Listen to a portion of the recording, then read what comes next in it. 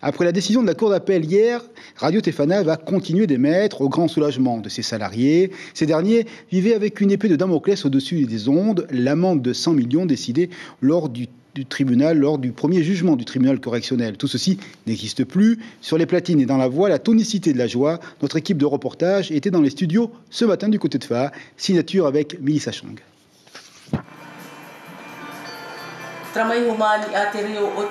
Son timbre de voix est bien connu des 30 000 auditeurs de la radio Tereo au Tefana. Belinda annonce les bonnes comme les mauvaises nouvelles à l'antenne, tout comme Heima qui aujourd'hui anime son émission avec le cœur bien plus léger.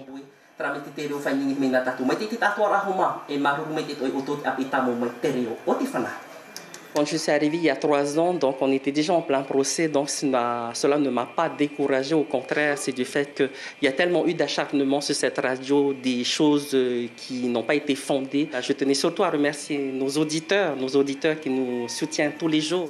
Claire a vécu toute l'évolution de cette radio, 29 ans qu'elle officie. Son quotidien, gérer les plannings, les partenaires, mais aussi valider les interviews avant leur diffusion. Le procès très médiatisé de sa station a eu un impact émotionnel important pour cette chef d'antenne. Je peux vous dire que pendant 5 ans, avec cette épée de Damoclès sur la tête, ça touchait aussi notre vie personnelle.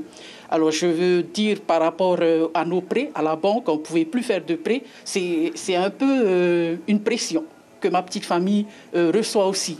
Avec la relaxe générale prononcée par les juges, la menace d'une amende de 100 millions de francs s'envole, une somme impossible à payer pour cette radio privée. Personnellement, moi, je me suis retenu jusqu'à la présentation du journal de la mi-journée où, enfin, en fait, j'ai pu exprimer mon émotion et j'ai fondu en larmes juste avant la sortie du journal. Donc, grand moment de soulagement, de satisfaction pour les employés. Pour rappel, en 2019, la station située à Faa a fait un appel aux dons pour continuer d'émettre, un appel entendu par la population. 500 000 francs ont été récoltés et investis dans du matériel moderne et sophistiqué. Le budget annuel de fonctionnement de Radio Tefana s'élève à 50 millions de francs pacifiques.